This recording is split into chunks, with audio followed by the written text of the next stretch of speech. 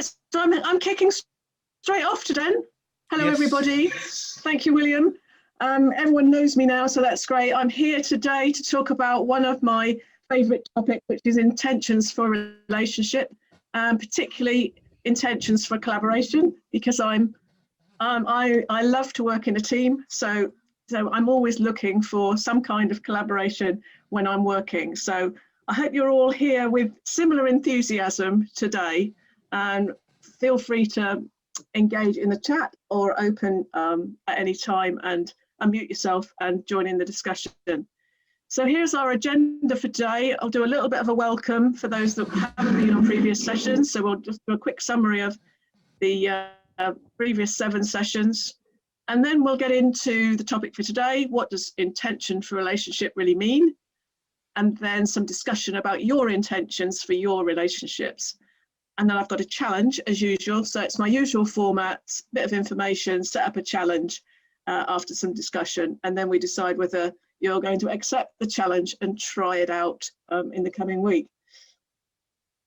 So I've put a reminder back in. I just was using this at the beginning, but we've all been engaging very well. But intentions for relationship is a new topic for most people, so not something we're used to discussing. So just wanted to emphasize a safe space. So please listen, reflect to yourself, respect others, and share your opinions. But you know, everyone's airing something that they might not be sure of. So they might not believe what they're actually saying. They're trying things out. So just, you know, take that as a perspective and accept it and be curious. So that would be great. My series was about challenging the coaching culture in the agile environment. Really would like to understand what that means, what everyone thinks it means. And then I've got that green wrapper. So the idea at the end of it, we've all become a little bit more aware and wiser perhaps of the complexities that we're all involved in.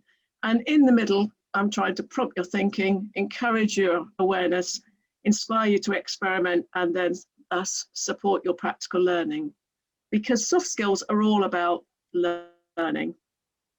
So a reflection back to the previous 7 sessions, we've really been talking about conversations at work and underpinning that relationships, and that's all represented in my soft skills model. So I've shown 2 of them now. So I assert, or I'm claiming, I propose, if you like, that any soft skill you can come up with, I can tell you how it relates to this model. So there's just 3 things you have to consider. You have to think about yourself with your thoughts and feelings. You have to think about the other person and how you're communicating effectively. And then you have to think about that relationship between you. And it's that relationship where we're actually focusing today. And what does relationship mean? So, you know, again, we talk about personal relationships a lot, quite often don't talk about work relationships, just make a lot of assumptions. So really trying to stop the assumptions and trying to get some of the assumptions out into the open. So I would like to propose today that relationship is about connection. I think we can all feel connection. We know whether we like somebody, we know whether we're working well with someone, we know if there's conflict. So it's connection and something we feel. So I've put my intentions out there today. I just wondered if we could get you to air some of your intentions. What would you like to learn about intention for relationships? What do you think of it so far? And do you have any opinions of how you would describe connection in collaborative relationships right now? So I'm posing a question here for you to try and engage how valuable connection is. So if there's a good connection, how valuable is that at work? Just it really is helpful in terms of like, well, it helps in terms of like getting the work going smoothly.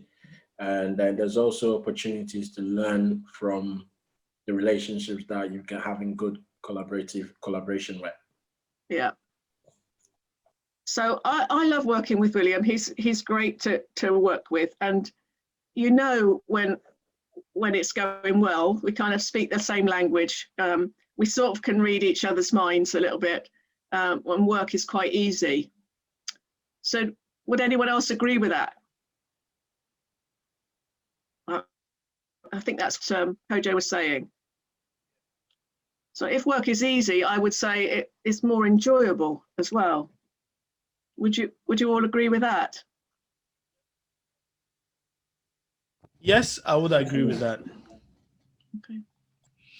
And when it's challenging, but we are all up for the challenge, that's also fun. Okay. So can you give us an example of that, William? Oh,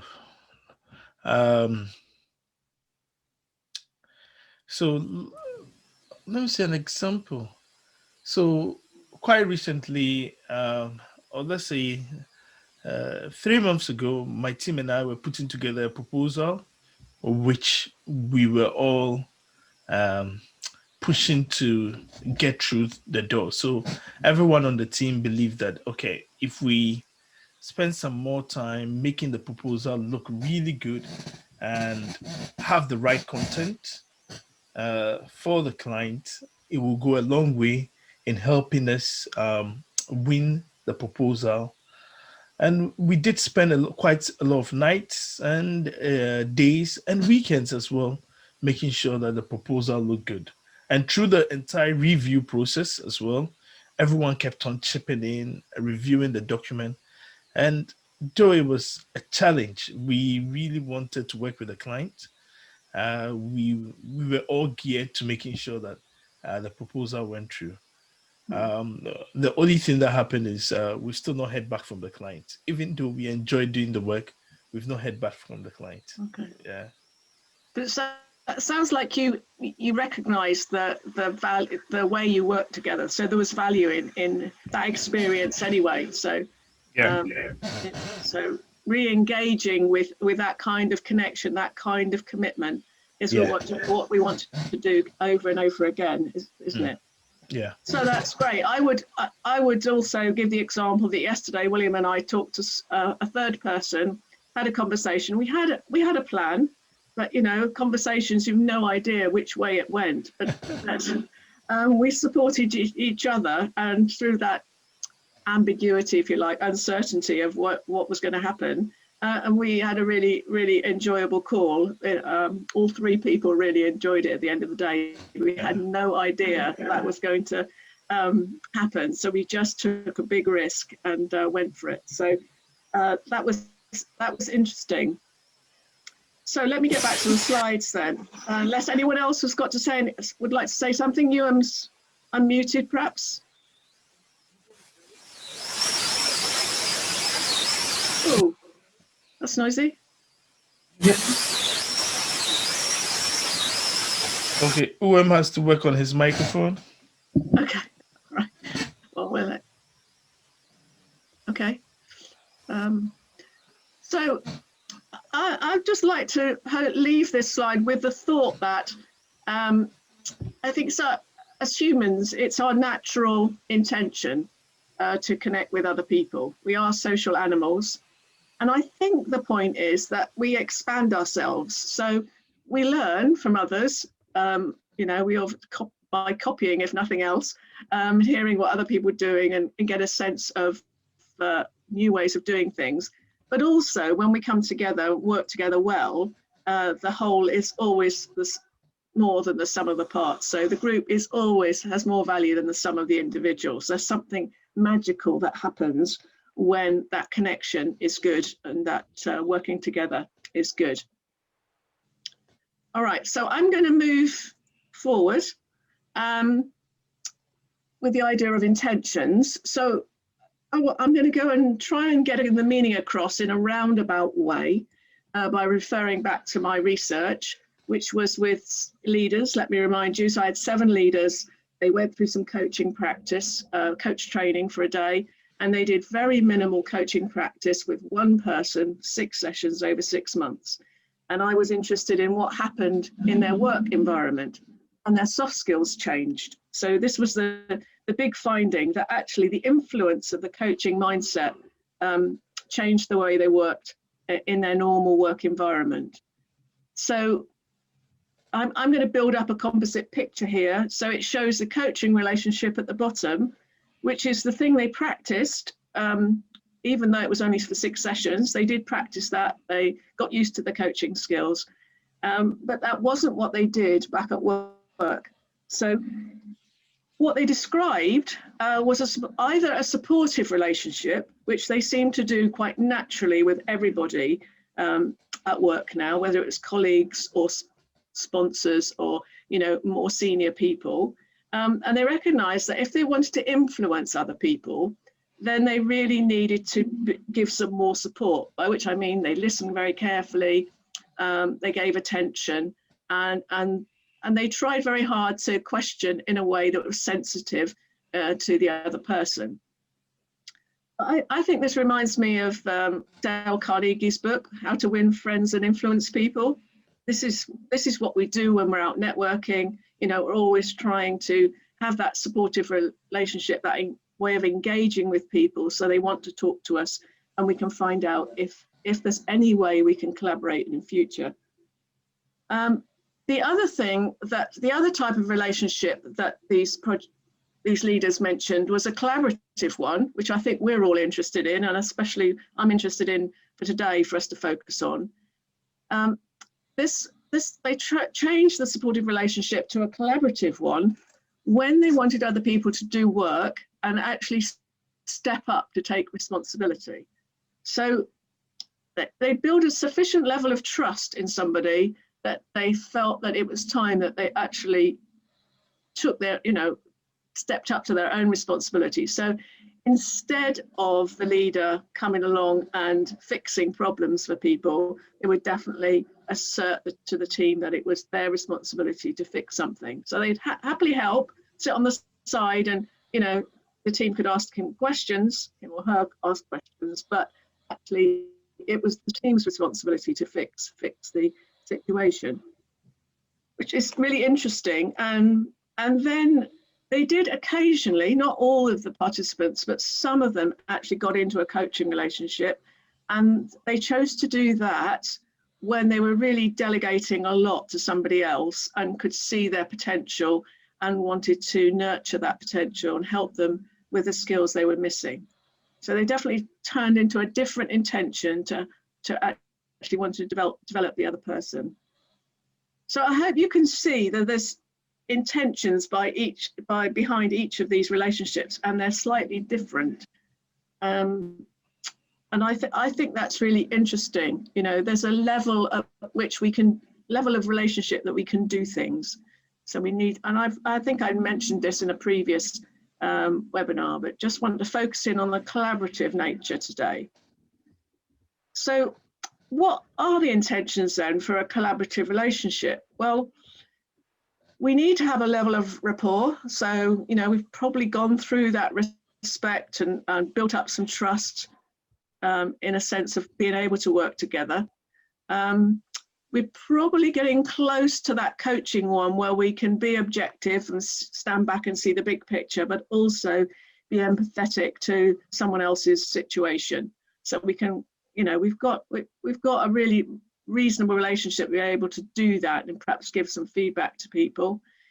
Because I think that the thing we need for a collaborative relationship, and this is both parties now, they really need to be able to give each other feedback, and particularly to assert responsibility. So, you know, one person can think the other person is responsible for something, but that person may not. So we need to come together and air what we think is right and be able to have that conversation. And I would call that contracting, where we're actually airing our intentions and actually trying to agree, you know, where do our intentions overlap, and therefore they're shared between us and something we can work on. So in William's example, it was, you know, there was commitment. This working with his customer was really, really important.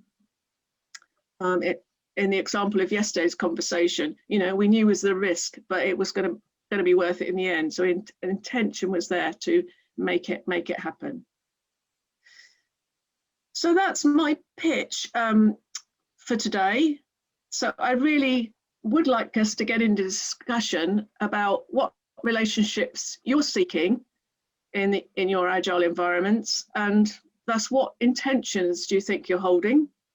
And perhaps if we can get to that, what intentions might be shared? So I'm going to take a deep breath and let you all think for a few minutes. Very welcome to write in the chat or unmute and share your thoughts so far.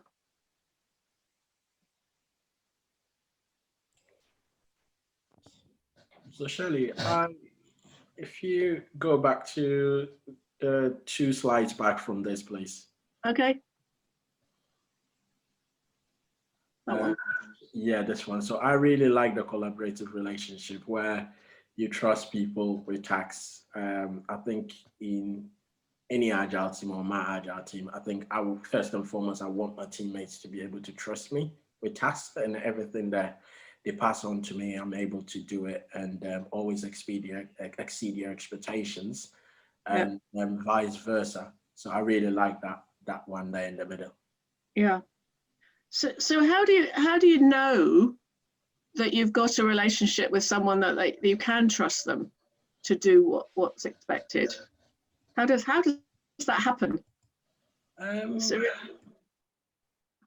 think on my personal experience, it's just based on, like, it could be simple things as they want you in most of the meetings when it comes to dealing with the senior stakeholders, or very important meetings when it comes to the planning, because they trust your knowledge, they trust your skill set. And I guess as well, when they give you things to do, like I said before, you're able to always exceed your expectations. So that is going by my personal experience. So I'm wondering about the relationship between you and this leader, because the leader obviously trusts you, but I imagine that when you have conversations, that there is a level of mind reading going on between you. There is a connection where you can trust each other in that conversation and speak to one another in a way that you understand one another quite easily. Would you say that's true?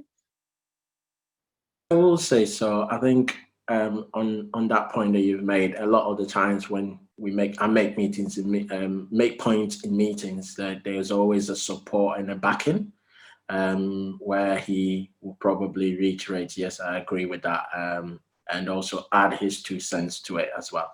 Okay. Yeah, that's my experience. Yeah. So really, really nice shared conversation where you're kind of almost acting as peers, right? So equal and sharing things. That's what I really mean by, having that connection where you can have an open and honest conversation. Because I suspect there are other people in the team that don't have that same connection that you have. Would that be fair? Yeah, not in my current team. We all seem to kind of like get on really well, and people have obviously different cultures and different ways of communicating. Some are maybe a bit more quiet, but there's a trust all around among us. Okay. Okay.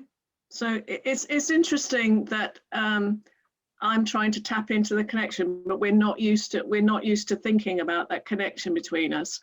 It's just, we know things are going well, so that's the only measure that we generally have. So that's it's how do we get underneath that understanding? Well, what happens when it doesn't go well? What do we fix?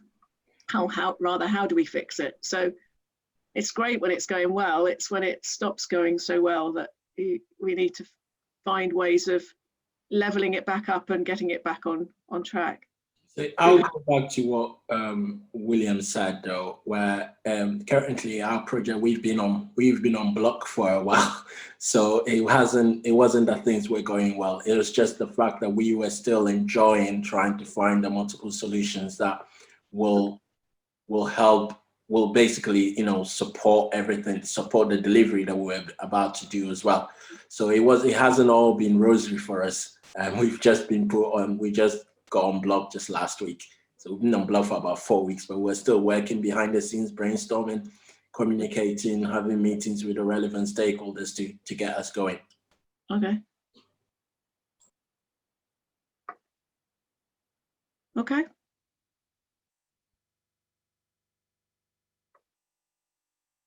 Any other thoughts from people about how we sort out how we work together? How do we get that relationship to be such a good one? So Shirley, I will give you examples from one or two from my current situation. So I think there's a lot of trust in terms of professional trust between myself and my immediate superior, because we've got a pattern where we catch up on a weekly basis to see the pipeline, to discuss it. And there's that usually 99.99% of the time, there's a mutual agreement between the two of us in terms of the where we're at and where we're heading to, when we review the backlog. And I think that the fact that there is that mutual agreement, so when there's an impediment, I'm able to justify it. She can see my point of view. She agrees with me, and she can defend me at a much more senior level.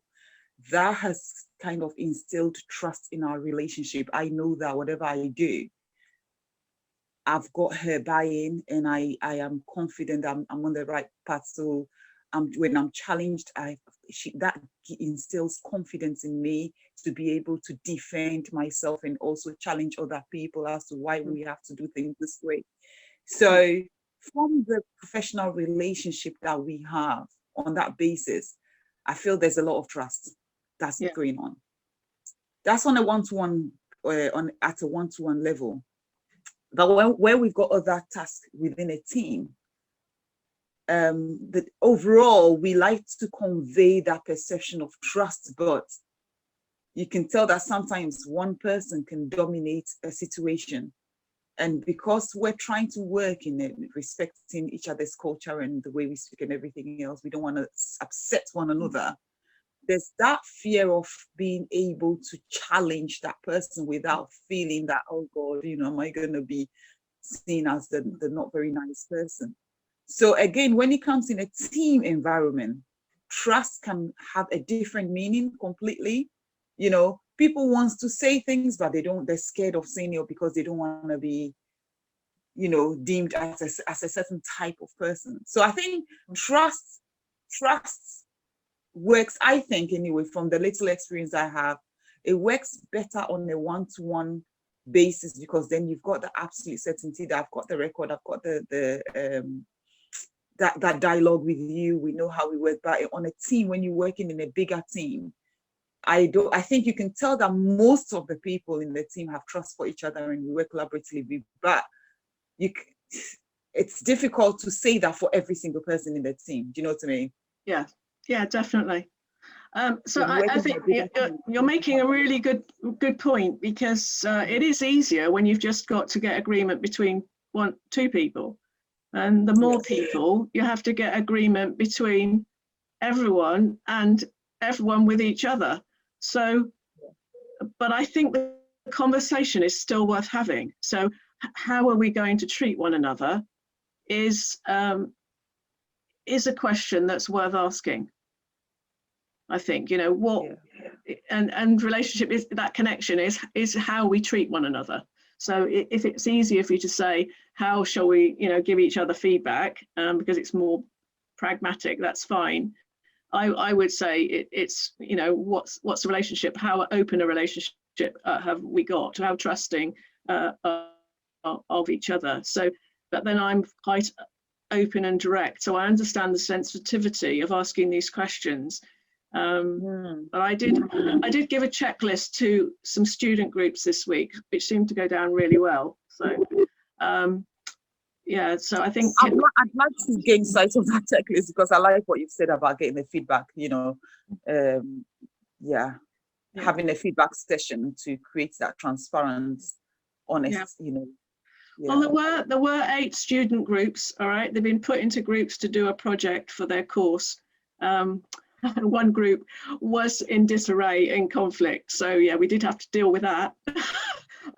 on the call, but at least they owned up to it, and we managed to sort it out, and put them at rest. So that was all good. So great. If you can have that conversation, great. So I'm going to move on then in because of time, because I want to give you a challenge. So I'll just highlight at the bottom. Probably should have put this. Just think about when you're trying to coach, influence, or collaborate with people. Just think about all these different relationships you have. There's an opportunity to air intentions and ask how we're going to treat each other or how we're going to talk to one another in all of these relationships. But my challenge to you is a simple one. It's just to keep relationship in focus. So we're all very work focused in organisations, obviously, but I think relationship is worth a bit of attention. So I'm just going to ask you to keep aware of that this week. The type of relationship you've got. So those, it's about responsibilities. So most people can think of coach, coachee, coach, leader or team member, or leader of follower, manager and employee. You can think of the relationships in those ways. There's also some time dependence. So there's always, well, what the relationship is right now, but also what I want it to be. So what the future, the long term, what am I trying to get to? And there's also depth. So, different people, we have different levels of trust with. So just think of that. And then the context. So the importance of the relationship in the environment is really important too. And that brings me back to the picture that I used last week. So I've put my soft skills model in the context of the responsibilities we hold in our environment. And it's all about collaboration, I think, to meet those responsibilities. Conversations are all about collaboration, no matter what. And yeah, we've had the self-management of last week, and we've had working relationships through conversations previously. So I think that rounds it off for the whole series. And this is the last one of the year. And I think it's a good ending point, and can also lead to thinking about conflict, which we said we talk about on the 9th of December, disruption. So it'd be great to hear about that. But first, I'd like to ask you if you accept the challenge to think about relationships this week, and then ask you just to give me your feedback, what's been useful, and anything else you haven't heard but you need. You're on mute, William. Yeah, we've got a question in the chat box. Okay. Is relationship intentional? And could we say that relationship is intentional? My view, it is, but you might start out with an intention to explore. If I'm out at a networking meeting or I've not met somebody before, I'm probably going to be quite well, if I'm a shy person, I'm going to be quite reserved, aren't I? I'm going to put the feelers out to see what kind of relationship I've got. So I'm probably going to be safe on social chit chat to start with. So this is quite often why we do the chit chat. We talk about the weather. We ask people where they're from. We ask about their families, because we want to get to know people before we can actually do things together. Does that answer the question? Yeah. And we've got another 3. How do we determine the genuineness of the relationship? Oh.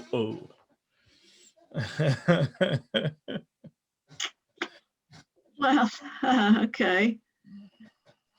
You mean if someone's lying to you? Does that mean? I think relationship is something you feel, and you're constantly testing it. Even in our personal relationships, or with our kids, there's an emotional bank account, and there are credits and debits, and I think trust is a bit like that. It's a bit like a bank account, and sometimes it goes up and sometimes it goes down. So that's really the rationale for me saying notice the relationship, what is actually going on right now, because if we just focus on work, we might miss something in the relationship that's not working quite right. Someone might be a bit off today. You know, maybe we said something yesterday that upset them, and they're just not responding today well because of it. Obviously, in a long-term relationship, you know, it probably wouldn't matter. But if you haven't known the person very long, it might matter a great deal. How do you deal with I'm gonna throw it reservations out in the there. relationship?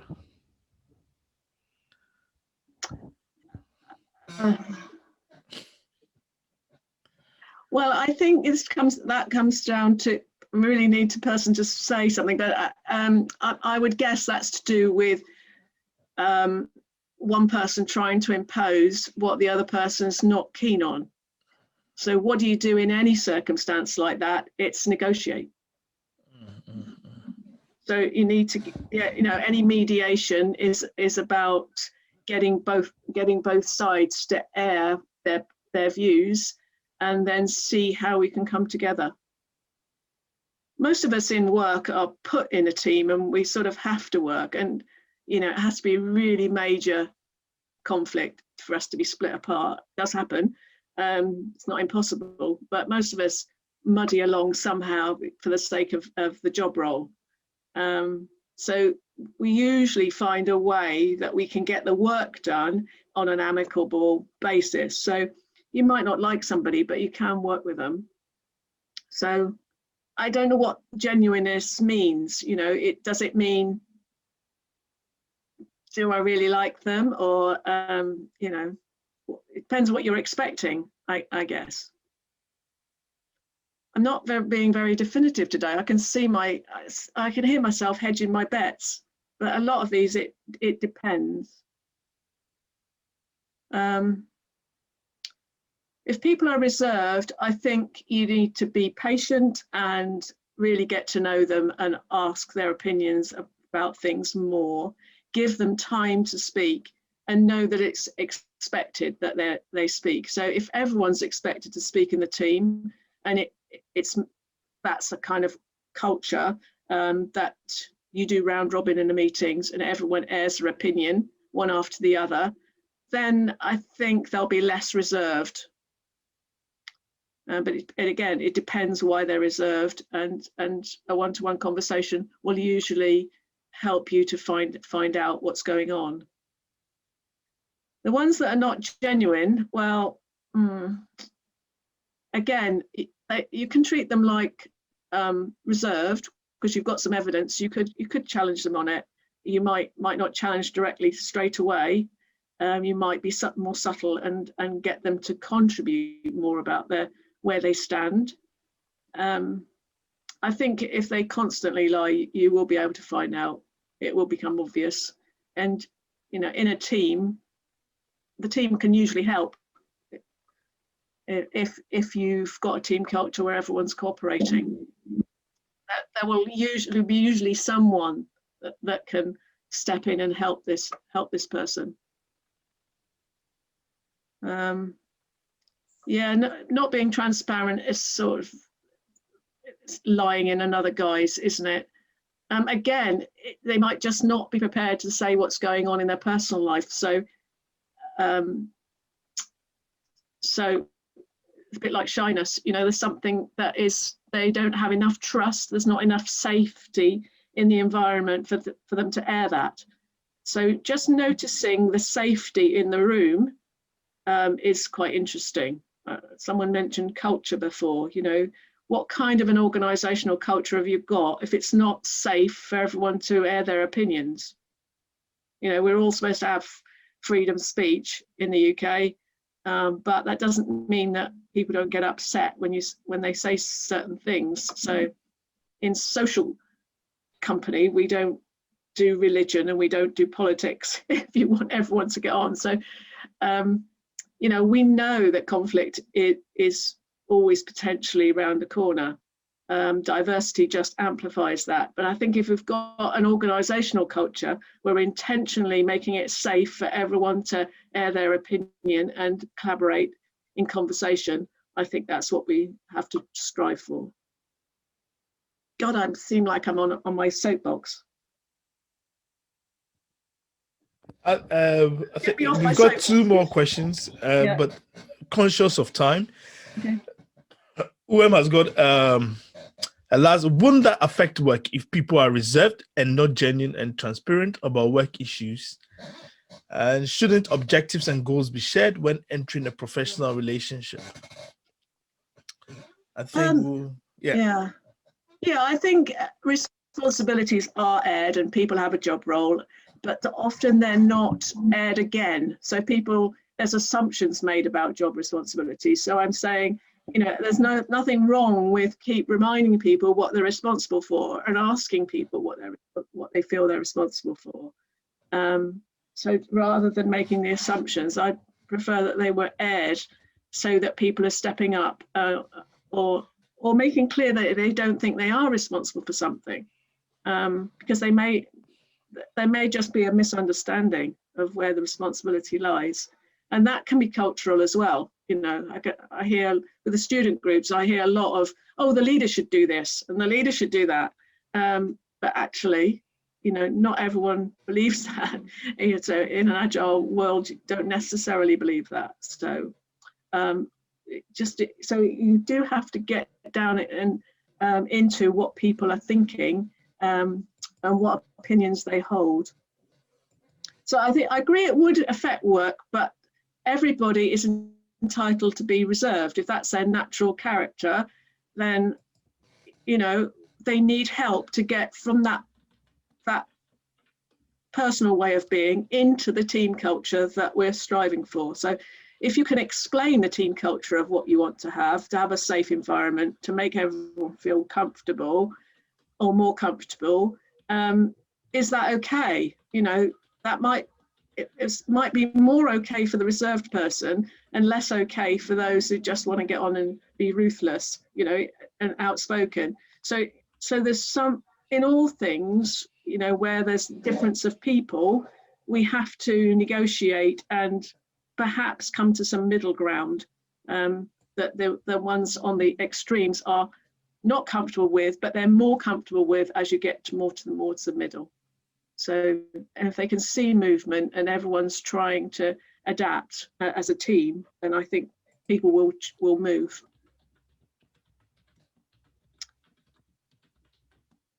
Do you think taking people to the side and have as many one-to-one discussions rather than group discussions? I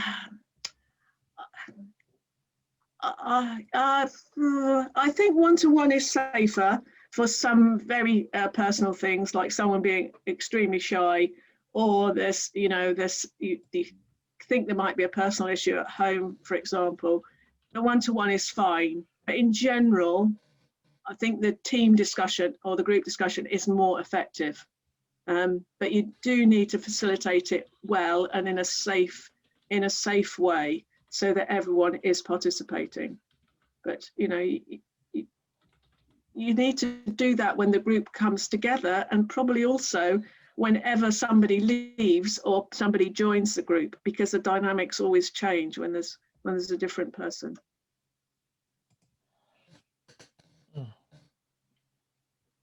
I seem to have talked a lot today. I haven't heard other people speaking, so maybe they're just shy today. Yeah, we've had a wonderful session, and I think it's now 1:45.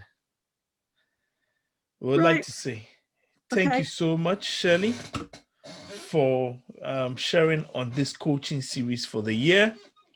If you would like to contact Shirley, that's Shirley's number. She offers pro bono coaching before going into a contract. So if you would like to have some pro bono coaching sessions before going into a proper contract session, please do get in touch with Shirley. But first, let's say a big thank you to Shirley, and we'll be taking a picture, and I would encourage everyone to I was going to say unmute your cameras, turn on your cameras, not unmute your cameras, turn on your cameras, and let's join Shirley to say a big thank you and take a very beautiful picture, which we will send to Shirley. So please do turn on your cameras, and I would like you to join me in saying a big thank you to Shirley. All right. Yeah. So they're all Thank you so real. much. So there are real persons behind the beautiful images. Yeah. Yeah, I'll believe it when I see it, right? That's great. Yeah. So let's. Oh, fantastic. Okay. So let me put this on the side and we can take a beautiful picture. Yeah.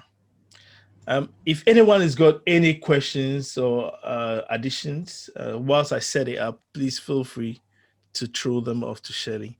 And I'm just setting it up. Oh, that's a beautiful smile. Keep it up. You've got a new toy to play with. All right.